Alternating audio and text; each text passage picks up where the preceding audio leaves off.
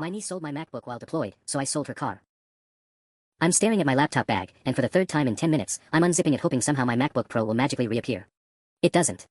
The empty space where my $2,800 laptop should be feels like a punch to the gut, and I can hear my niece Jessica's voice on the phone from 3 hours ago. "Oh, Uncle Mike. I can explain. But let me back up, because this story starts 6 months ago when I got my deployment orders for Afghanistan. I'm a staff sergeant in the Army, been serving for 12 years, and this was going to be my 4th deployment. At 34, I thought I had this routine down to a science. My sister Claire had been going through a rough divorce, and her daughter Jessica, 19 and fresh out of high school, needed a place to stay while Claire sorted out the custody and housing situation. Jessica had always been a good kid, honor roll, volleyball team, the works, so when Claire asked if Jessica could house sit for me during my deployment, it seemed like the perfect solution. "She just needs stability right now, Mike," Claire had said, bouncing her 2-year-old son Danny on her hip. "The divorce has been really hard on her, and staying at your place would give her independence without the stress of rent." I agreed immediately. Jessica was family, and my house in Fort Carson, Colorado would just be sitting empty anyway. Plus, she'd grown up visiting my place during holidays and summers, so she knew the neighborhood and felt comfortable there. The MacBook Pro was my pride and joy, a 16-inch model with the M1 Max chip that I'd saved up for over 8 months to buy. As a communications specialist, I relied on it for everything, staying in touch with family, managing my finances, working on my online college courses, and honestly, it was my entertainment system too. Movies, games, video calls with my girlfriend Sarah, that laptop was essentially my lifeline to the world outside the military base.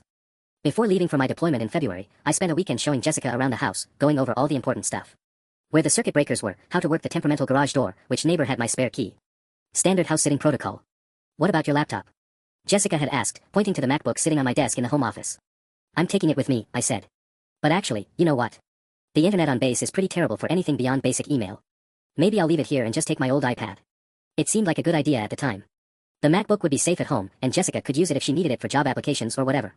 I showed her how to log in as a guest user, told her to feel free to use it, and made sure she understood it was expensive and to be careful with it. "Of course, Uncle Mike. I'll take super good care of it, I promise." Famous last words. The deployment started normally enough. Afghanistan in February is cold as hell, but the work keeps you busy. I was stationed at Bagram Airfield, managing communications equipment and training Afghan military personnel on radio systems. The days were long, but I stayed in touch with family through my iPad and the occasional video call when the connection was decent enough. Jessica and I texted pretty regularly for the first couple months. She'd send me pictures of the house, updates about job interviews, complaints about Colorado weather. Normal stuff. She got a part-time job at a local coffee shop in March, which I was proud of her for. Claire mentioned that Jessica seemed to be doing really well with the independence and responsibility. "She's like a different person," Claire told me during one of our video calls in April. "More mature, more confident. I think staying at your place has been exactly what she needed." Everything seemed great. Maybe too great. The first red flag came in early May. I was trying to access some files I'd left on the MacBook, specifically, some photos from my last leave that I wanted to send to Sarah for her birthday. I asked Jessica to email them to me. "Oh, the laptop has been acting weird lately," she texted back. "Super slow and glitchy. I think it might have a virus or something. I'll try to get those photos though." I didn't think much of it. Computers get glitchy, especially if someone who's not tech-savvy is using them. I told her to take it to the Apple store if it got worse, and that I'd reimburse her for any repair costs. But then the photos never came.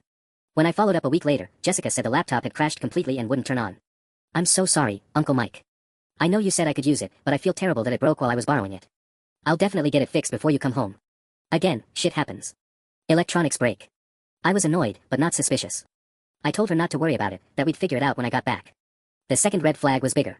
In early June, I got a call from my bank about unusual account activity. Someone had tried to make a large purchase on my debit card at a Best Buy in Colorado Springs, about $1,200. The transaction was declined because it exceeded my daily limit, but it triggered a fraud alert. I immediately called Jessica. "Hey, did you use my debit card for anything? I got a fraud alert." "What?" "No, of course not. I don't even know your PIN. The charge was at Best Buy. You didn't go there recently." "I mean, I went there like a month ago to look at phones, but I didn't buy anything. And definitely not with your card." "That's super weird." I believed her. Jessica had never given me any reason not to trust her, and fraud happens all the time. I canceled the card, got a new one sent to my APO address, and moved on. But now, looking back, the pieces were already falling into place. I just couldn't see the picture yet. The deployment was supposed to end in August, but got extended to September due to some complications with the equipment transfer to Afghan forces. I was frustrated about the delay, but Jessica seemed fine with staying at the house longer. "No problem at all, Uncle Mike. I love it here, and my job is going really well. Take as much time as you need." Maybe I should have wondered why a 19-year-old was so enthusiastic about playing house-sitter for an extra month, but I was dealing with my own stress and grateful that at least the home front was stable. I finally flew back to Colorado on September 15th. The plan was for Jessica to move back in with Claire, who had found a new apartment and gotten settled. I was looking forward to sleeping in my own bed, seeing Sarah, and getting back to normal life. Jessica picked me up from the airport, which was sweet of her. She seemed nervous during the drive, but I chalked it up to the natural awkwardness of transitioning from house-sitter back to niece. We made small talk about her job, her mom's new place, my deployment. Everything felt normal enough. "Oh, I have some bad news about your laptop," she said as we pulled into my driveway. I took it to the Apple store like you said, but they said it would cost almost as much as a new one to fix. Something about water damage. I swear I never spilled anything on it, but they said the logic board was fried. Water damage? How the hell did it get water damaged? I have no idea. I was as shocked as you are. I'm so sorry, Uncle Mike. I know how much that laptop meant to you. I was pissed, but what could I do? Shit happens, and Jessica seemed genuinely upset about it. We'd deal with the insurance claim later. That night, Sarah came over for dinner and to welcome me home properly. It was great to see her, to cook in my own kitchen, to sleep in my own bed. For a few days, I almost forgot about the laptop situation. But then I started noticing other little things. The house was clean, but something felt off. Not wrong, exactly, just different. Like when you know someone has been going through your stuff, but you can't put your finger on what's missing. My Xbox controllers were different models than what I remembered. My coffee maker was newer. Small stuff that individually didn't mean much, but collectively started to bug me. The real bombshell came on Tuesday, September 21st. I was at the bank updating my address and handling some other post-deployment financial business when the teller, Maria, who I'd known for years, made a casual comment. Good to see you back, Sergeant Rodriguez. How was your niece doing while you were gone? She came in here quite a bit over the summer. Yeah, Jessica's great. Thanks for asking. She seemed really stressed that one day in July when she came in to get that cashier's check. I felt bad for her. She said it was for some family emergency. My blood went cold. Cashier's check. Oh, maybe I shouldn't have mentioned it. It's just that she was so upset, and she's such a sweet girl. I hope everything worked out okay with whatever the emergency was. I managed to keep my composure until I got to my car, then immediately called the bank's customer service line. It took some back and forth and verification, but eventually I got the details. On July 18th, Jessica had come to the bank with my debit card and ID, which she had access to as my house sitter for emergency purposes, and convinced them to issue a cashier's check for $2,400 made out to cash. The story she'd given was that I was deployed and needed her to handle an emergency payment that required a cashier's check, and that I authorized it over the phone. The bank had tried to call me for verification, but the number Jessica provided went to a Google Voice number that she'd apparently set up to forward to her phone. I was furious, but also confused. What the hell did she need $2,400 for? And why lie about it? I drove straight to Claire's apartment. Jessica's beat-up Honda Civic was in the parking lot, but it looked different. Cleaner. And there was a brand new iPhone visible on the dashboard. Claire answered the door looking surprised to see me. Mike. What's up? Is everything okay? I need to talk to Jessica. Now. She's at work, but she should be home in an hour. What's going on? You look upset. I explained about the cashier's check. Claire's face went through about 5 different emotions before settling on a mixture of anger and embarrassment. Oh my God, Mike. I had no idea. She told me you'd given her some money to help with expenses while she was house-sitting.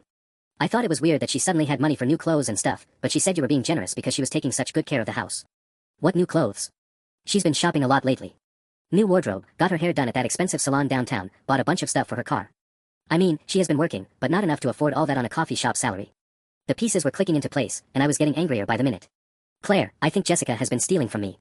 The laptop, the money, I don't think any of it happened the way she said. We waited for Jessica to get home. The longest hour of my life. When she walked in and saw me sitting on her mom's couch, her face went white. Uncle Mike.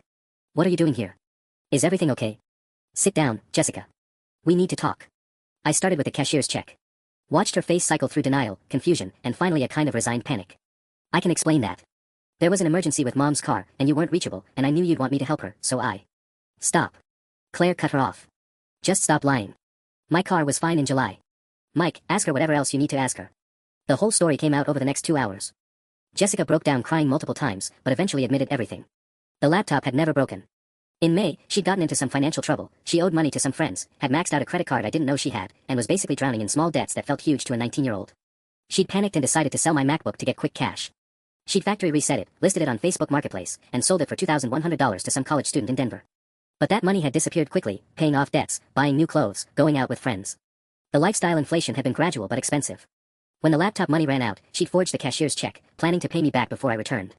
But of course, she couldn't save money fast enough on her coffee shop salary, especially when she was still spending more than she made. I was going to tell you everything and work out a payment plan, she sobbed. I swear, Uncle Mike, I never meant for it to get this bad. I just panicked, and then I kept panicking, and I didn't know how to fix it.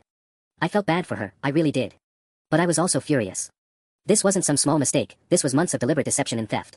From family. While I was deployed and trusting her to take care of my home. Jessica, you stole almost $5,000 from me. $5,000 that I earned getting shot at in Afghanistan while you were living in my house rent-free. I know. I'm so sorry. I'll pay you back, I promise. I'll get a second job, I'll do whatever it takes. With what? You make maybe $800 a month at the coffee shop.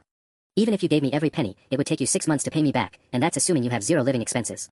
Claire was mortified. She kept apologizing and asking what she could do to make it right. But honestly, what could she do? She was barely making ends meet herself after the divorce. That's when I noticed Jessica's car keys on the counter, with a new leather keychain that probably cost more than I'd spend on accessories in a year. Jessica, how much is your car worth? What? Your Honda. How much is it worth? She looked confused and scared. I don't know. Maybe $4,000. Why? Because you're going to sign the title over to me. Today. The room went silent. Uncle Mike, you can't take my car. How will I get to work? How will I get around? You should have thought about that before you stole my laptop and forged my signature for a cashier's check. Claire tried to intervene. Mike, I understand you're angry, but Jessica needs that car. Maybe we can work out some other arrangement. What other arrangement, Claire? She doesn't have $4,500 in cash. She doesn't have anything valuable except that car. And frankly, the car isn't even worth what she stole from me, so she's still getting off easy. But how will she get to work? The same way millions of people without cars get to work. Bus, bike, walk, ask for rides. She's 19, not 90. Jessica was crying harder now. Please, Uncle Mike. I know I messed up, but taking my car will ruin my life. I won't be able to keep my job, I won't be able to get to interviews for better jobs. Please, there has to be another way. There was another way. It was called not stealing from your uncle who was deployed overseas. I know I sounds harsh, but I was beyond angry. This wasn't just about the money, though $4,500 was a significant amount for me. It was about the betrayal of trust, the months of lies, the fact that she'd looked me in the eye and lied repeatedly even after I got home. But more than that, it was about consequences. Jessica had made a series of bad choices, then instead of coming clean and asking for help, she doubled down with more lies and more theft. Someone needed to teach her that actions have serious consequences, and apparently that someone was going to be me. Here's the deal, I said. You can sign over the car title voluntarily, right now, and we'll call this even. Or I can file a police report for theft and fraud, and you can explain to a judge why you stole your deployed uncle's laptop and forged his signature on bank documents. Claire gasped. Mike, you wouldn't actually press charges against her. Try me. I'm active duty military. Do you know how seriously the police take theft from deployed service members? Jessica could be looking at felony charges. It wasn't entirely a bluff. I probably wouldn't have actually pressed charges, she was family, and I didn't want to ruin her life permanently. But I was angry enough that she couldn't be sure I was bluffing. Jessica looked at her mom, then back at me. If I give you the car, we're totally even. You won't press charges or anything. If you sign over the title right now, and help me understand exactly what happened and where all the money went, then yes. We're even. It took another hour of discussion, crying, and